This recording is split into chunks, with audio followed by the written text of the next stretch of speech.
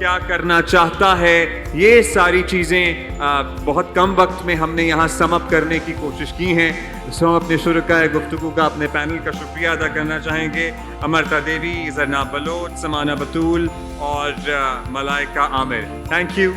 Thank you so much. It was wonderful to talk to you all. It was wonderful to have you over, and thank you as well.